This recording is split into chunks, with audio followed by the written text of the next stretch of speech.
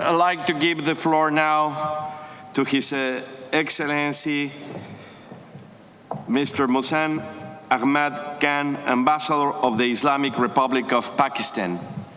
The floor is yours. Thank you, Mr. Chairman. Mr. Chairman, at the outset, please allow me to convey my warm felicitation on your election as chairman of the 20th session of the Conference of the States Party. You bring to this conference extensive experience, which I am confident will guide this session towards a successful conclusion. In this endeavor, please rest assured of my delegation's utmost cooperation. I would also like to appreciate the outgoing chairperson, Ambassador Wasila Koraich of Croatia, for leading the 19th CSP session in a most effective and admirable manner. May I also take this opportunity to congratulate the Director General, Ambassador Ahmed Usumcu, for his comprehensive and detailed report on the ongoing and planned activities of this organization. While we fully associate ourselves with the statement made on behalf of the non-aligned movement in China by Ambassador Dr. Ali Raza Jahangiri of the Islamic Republic of Iran, I would like to share Pakistan's view on some of the issues that we believe are critical for OPCW's future and require our close and serious attention.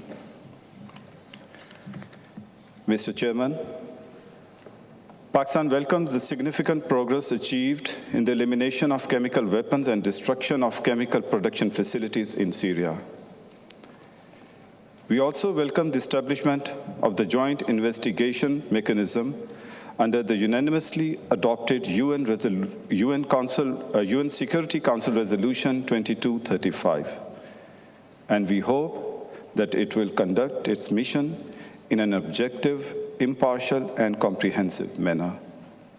However, we are deeply concerned over the latest findings of the fact-finding mission reports that once again confirm the use of chemical weapons in Syria.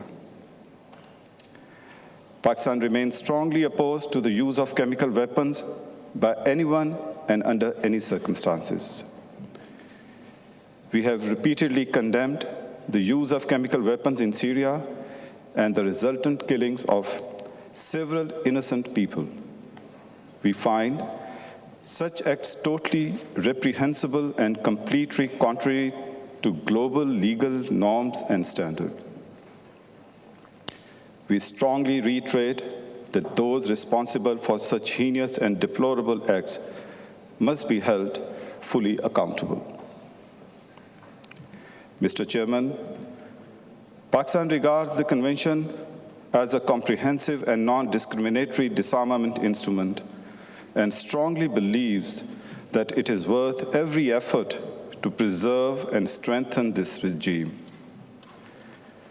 CWC's effective implementation and near universal acceptance raises hopes that a day might come when all disarmament goals will be pursued in the same manner and the entitlement to equal security will be restored to all. We draw satisfaction from the fact that the Convention is now supported politically and legally by 192 state parties. Pakistan welcomes the accession of Myanmar and Angola to the Convention. However, the complete elimination of the threat of the use of chemical weapons would remain far from reality until all remaining non-state parties accede to the Convention. Acceptance of the Convention by 99% of the global community is a significant milestone, but CWC's complete universality is critical to ensure the safety and security of the world against the threat of the use of chemical weapons. We therefore once again call upon these states to join the Convention without further delay and preconditions.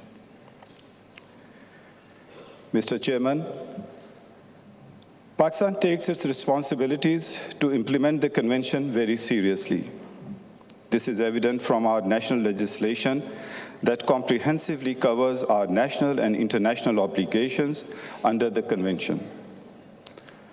Our national authority remains fully involved in all issues related to the Convention.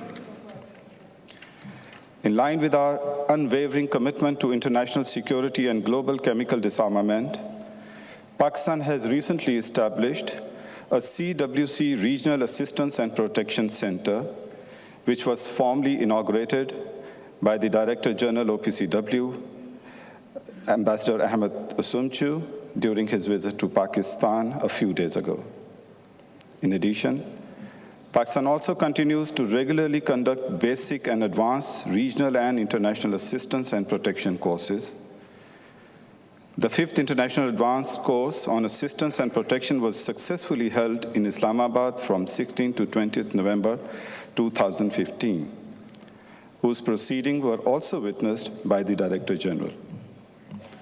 The course was jointly organized by the Government of Pakistan and the OPCW and was attended by 24 participants from 18 states parties. In addition to regular mock inspection exercises, we are organizing another chemical emergency response exercise for all our CWC declared industries.